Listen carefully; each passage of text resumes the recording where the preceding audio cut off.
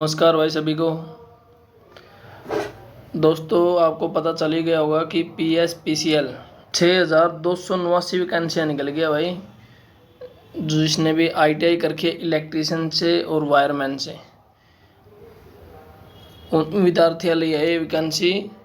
पंजाब में वैकेंसी निकल गई है 6289। एक बहुत बड़ा नंबर है 6289 वैकेंसी। पीछे भी बहुत सारी वैकेंसी निकली है, कभी 2500 कभी 3000। जो PSPCL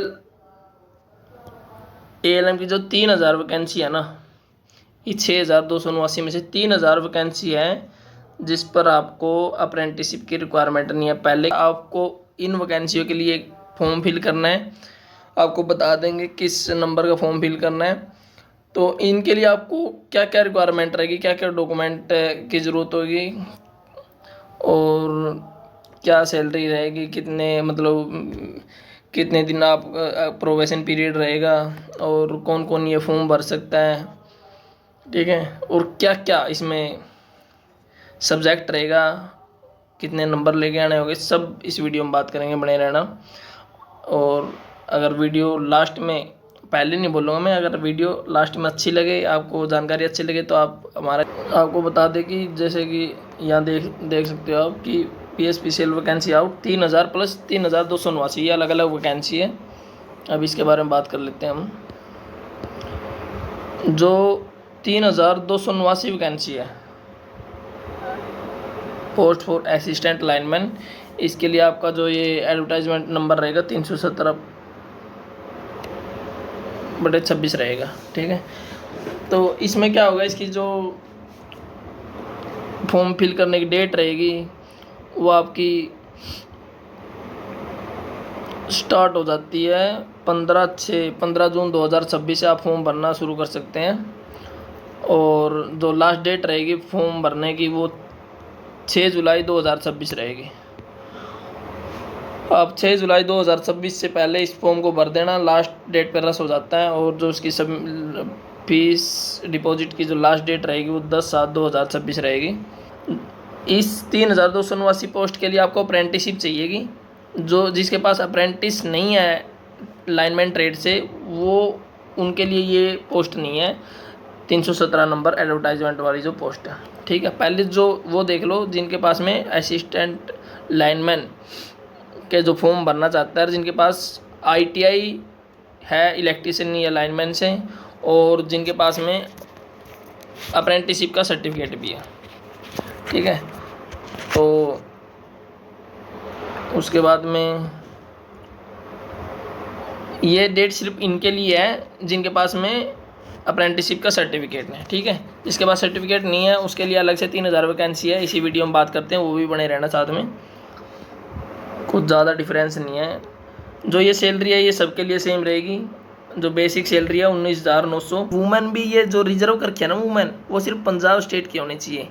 अदर स्टेट की जो वुमेन आएगी वो 715 में से 202 घटा दो आप, 513 के आसपास पोस्ट है जो उसमें काउंट होगी, जो पंजाब स्टेट से अलग है। जिनके पास में पंजाब स्टेट का डोमिसाइल है वही लेडीज़, आप वही वुमेन जो 202 इसमें पोस्टों के लिए फ़ाइट करेगी। अदरवाइज़ बाकी सारी जनरल कैटेगरी में भी जो ये पोस्ट घटा के जितनी पोस्ट बचती है जनरल की, उनमें ही काउंट होगी, इसमें वुमेन हो या मैन हो, ठीक है। बाकी जो ये आपकी रिजर्वेशन कैटेगरी है वो सारी पंजाब स्टेट के जो कैंडिडेट हैं जिनके पास पंजाब स्टेट का डोमिसाइल है उनके लिए ही रिजर्व है। आप पोस्ट को देख सकते हो कितनी पोस्ट किस कैटेगरी के लिए है।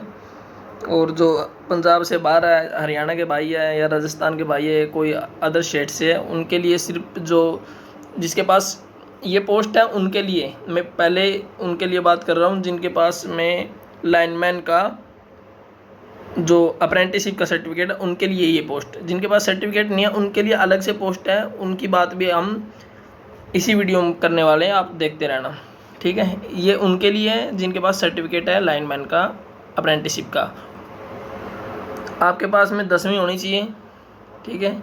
उसके बाद में जो national apprenticeship certificate in lineman trade, ठीक है, ये सर्टिफिकेट आपके पास में अप्रेंटिसशिप का होना चाहिए। 3,289 पोस्ट के लिए, ठीक है।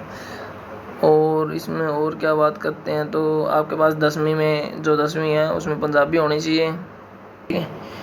जिनके पास में अप्रेंटिसिप नहीं है उनके लिए 3,000 वैकेंसी है।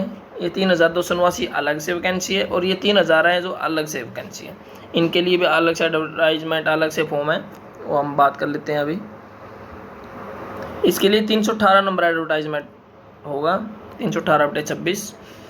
Requirement for 3,000 post of assistant lineman in PSPCL। इसके लिए जो डेट होगी फॉर्म भरने की वो 19 जून 2026 होगी, ठीक है। और इसकी लास्ट डेट होगी जो 9 जुलाई 2026 रहेगी। जो फीस की अपने फीस सबमिट करने की लास्ट डेट होगी वो 14/7/2026, 14 जुलाई 2026 रहेगी। लेकिन मैं रिकमेंड करूँगा कि आप जैसे ही फॉर्म ओपन होते हैं भरने को 1-2 दिन, 5 दिन, 7 दिन के अंदर अंदर अपना फॉर्म फिल कर लें। इस पर कितनी फ़ीस लेने वाली है वो भी बात करेंगे अभी आगे, ठीक है। जिनके पास अप्रेंटिसशिप का सर्टिफिकेट नहीं है, अब उनके बारे में बात कर रहे हैं हम कि उनकी डेट ये है। और आगे पे स्केल आपको देख लेते हैं कि 19,900 ही है, बेसिक सेम रहने वाला है। प्रोविज़न पीरियड में आपको जो सैलरी है वो आपको सिर्फ बेसिक पे दी जाएगी। प्रोविज़न पीरियड है, इसके अनुसार कोई भी ग्रेड पे मतलब कोई भी आपको डेयरनेस अलाउंस, कोई भी अलाउंस नहीं दिया जाएगा, TAD या कुछ भी नहीं दिया जाएगा इसके अनुसार, इसके दौरान, प्रोबेशन पीरियड के अनुसार दौरान, ठीक है। प्रोबेशन पीरियड कितने साल का रहने वाला है आपको वो देख लेते हैं। ये the probation period of this post will be 3 year, 3 साल का रहने वाला है। 3 साल आपको सिर्फ बेसिक पे दी जाएगी। बेसिक पे कितनी है? 19,900। ये कैटेगरी वाइज आपकी पोस्ट हो गई। आपकी जो जनरल कैटेगरी के लिए पोस्ट है 1117 है, जिसमें से वुमेन के लिए रिजर्व रखी गई है 330। यहाँ भी आपको बता दें कि जो वुमेन के लिए रिजर्व रखी गई है पोस्ट वो भी सिर्फ पंजाब की वुमेन के लिए है, जिसके पास पंजाब स्टेट का डोमिसाइल है। उसके अलावा जो भी अदर स्टेट के मैन या वुमेन है उनके लिए जो टोटल पोस्ट है वो 1170 - 330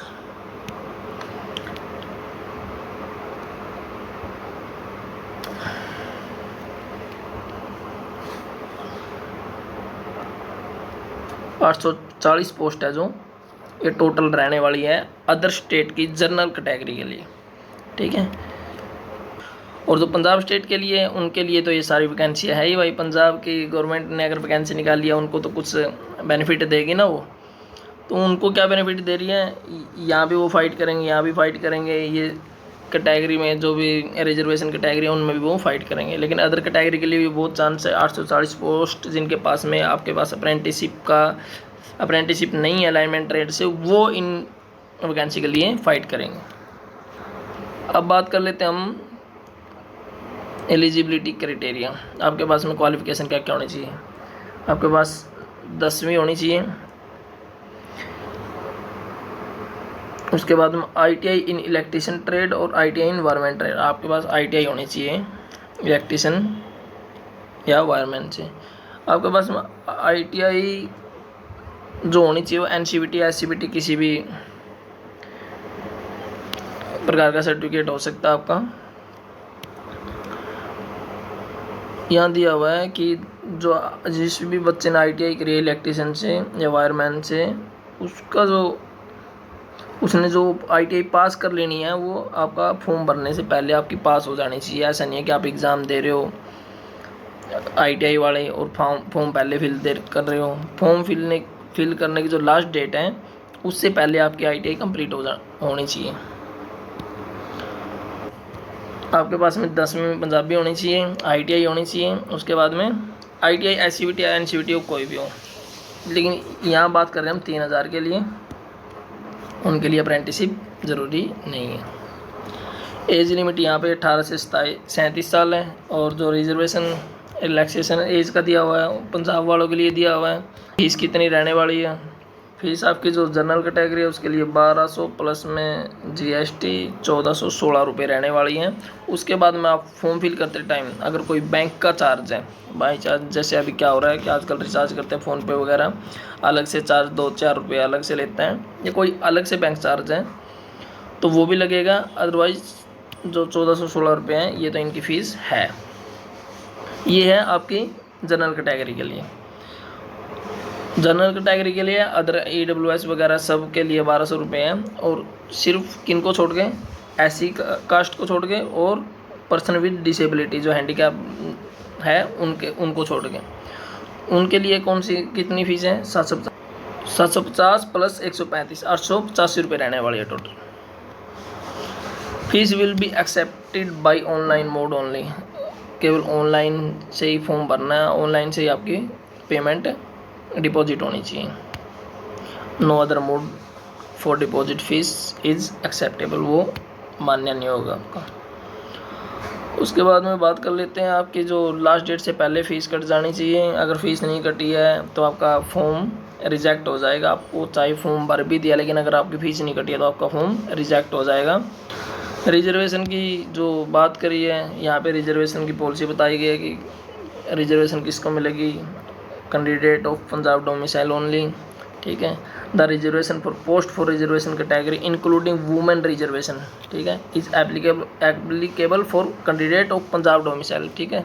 जो भी रिजर्वेशन है चाहे वुमेन का हो या अदर कैटेगरी का हो वो सब पंजाब वालों को दिया हुआ है। जो एग्ज़ाम पैटर्न क्या है?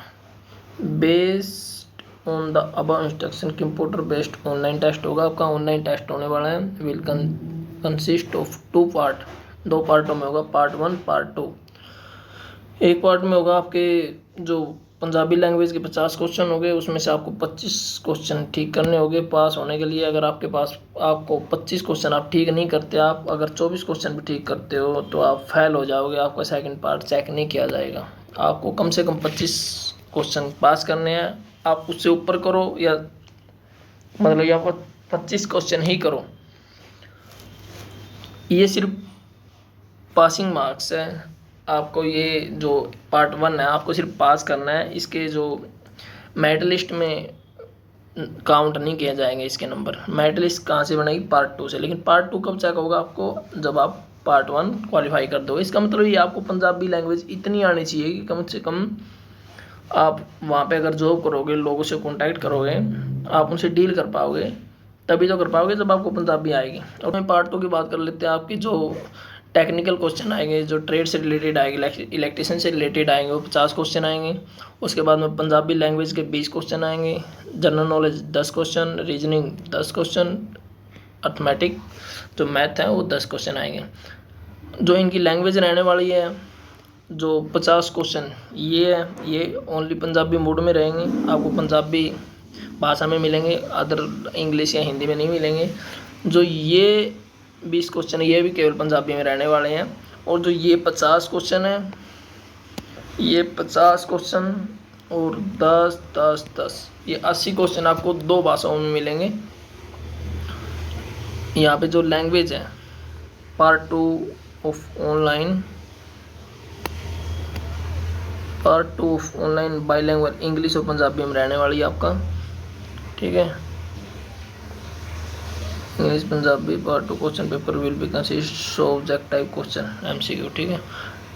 और the multiple choice question will carry 1 marks, 1 number का एक क्वेश्चन होने वाला है जिसमें आपकी कोई नेगेटिव मार्किंग नहीं रहने वाली है। यहाँ पे दिया हुआ है जो जनरल कैटेगरी के लिए जो कैंडिडेट होगा, जो पार्ट 2 होगा। एक बार पार्ट 1 की देख लेते हैं, आपको टाइम देख लेते हैं कि एग्ज़ाम को तो 3 घंटे का रहने वाला है, ठीक है। इसमें से आपको कितना टाइम मिलेगा आगे चेक कर लेते हैं। ऑनलाइन एग्ज़ाम वेबसाइट, आपको जो पार्ट 2 है उसके लिए जनरल कैटेगरी के लिए 25% पास होना चाहिए और रिजर्व कैटेगरी के लिए 20% होना चाहिए, ठीक है। और जो पार्ट 1, इसने पार्ट 1 नहीं दिया क्या रिजर्व कैटेगरी के लिए? नहीं, जो पार्ट 1 है वो सब के लिए 25 मार्क्स आपको लेके आने हैं। पार्ट 2 में आपको रिजर्वेशन दी गया पासिंग मार्क्स के लिए। अगर आप रिजर्व कैटेगरी से बिलोंग करते हो पंजाब से, 20% आपको अगर आपको 100 में से 20 नंबर भी आते हैं तो आप पास माने जाओगे। और मेरा मानना ये है कि अगर आप पास भी हो जाओगे, क्योंकि पिछली वैकेंसी में ऐसा हुआ कि बिल्कुल 100 में से अगर 25 नंबर जनरल कैटेगरी वाला लेके आया उसको सिलेक्शन मिला जिसके पास अप्रेंटिसशिप थी, क्योंकि पहले मैंडेटरी थी अप्रेंटिसशिप। लेकिन अभी जो बात हो रही है ये दोनों के लिए बात हो रही है, अप्रेंटिसशिप है जिनके पास में वो भी, और जिनके पास अप्रेंटिसशिप नहीं है अलग अलग एडवर्टाइजमेंट नंबर के हिसाब से, उनके लिए ये सेम चीज़ है दोनों के लिए क्वालिफिकेशन। पंजाब का मैंने PSPCL का एग्ज़ाम दिया हुआ है और अभी मैं हरियाणा में जॉब कर रहा हूँ एज एन ALM पोस्ट, और इसी पद पे रहते हुए मैंने PSPCL का एग्ज़ाम दिया था। क्यों दिया था? ये टेस्ट करने के लिए कि मेरे को, मतलब मैंने एडिशनल पंजाबी की हुई थी, मैं हरियाणा से हूँ और बढ़िया रिजल्ट रहा था मेरा। अगर एग्ज़ाम की बात करें तो मैंने एग्ज़ाम पुलिस का भी मैंने क्रैक कर लिया था, ज्वाइन नहीं की थी, ग्रुप D वगैरह तो हो ही गया था मेरा। ग्रुप D का बल्कि औखा हुआ था, वो वेटिंग लिस्ट में आया था, ठीक है। लेकिन अभी मैं ALM के पद पर कार्यरत हूँ। अगर फिर भी किसी प्रकार की आपको जानकारी चाहिए होती है, आपको फील्ड से रिलेटेड, जॉब से रिलेटेड या कंटेंट से रिलेटेड, आप कमेंट कर सकते हो। तो यही चीज़ थी आप आज के वीडियो में। वीडियो लंबी बन गई है लेकिन मेरे ख्याल से तो सब चीज़ें बता दी है। मिलते हैं फिर नेक्स्ट वीडियो में अपने एक नए एक्सपीरियंस के साथ में। तब तक के लिए bye bye, thank you all.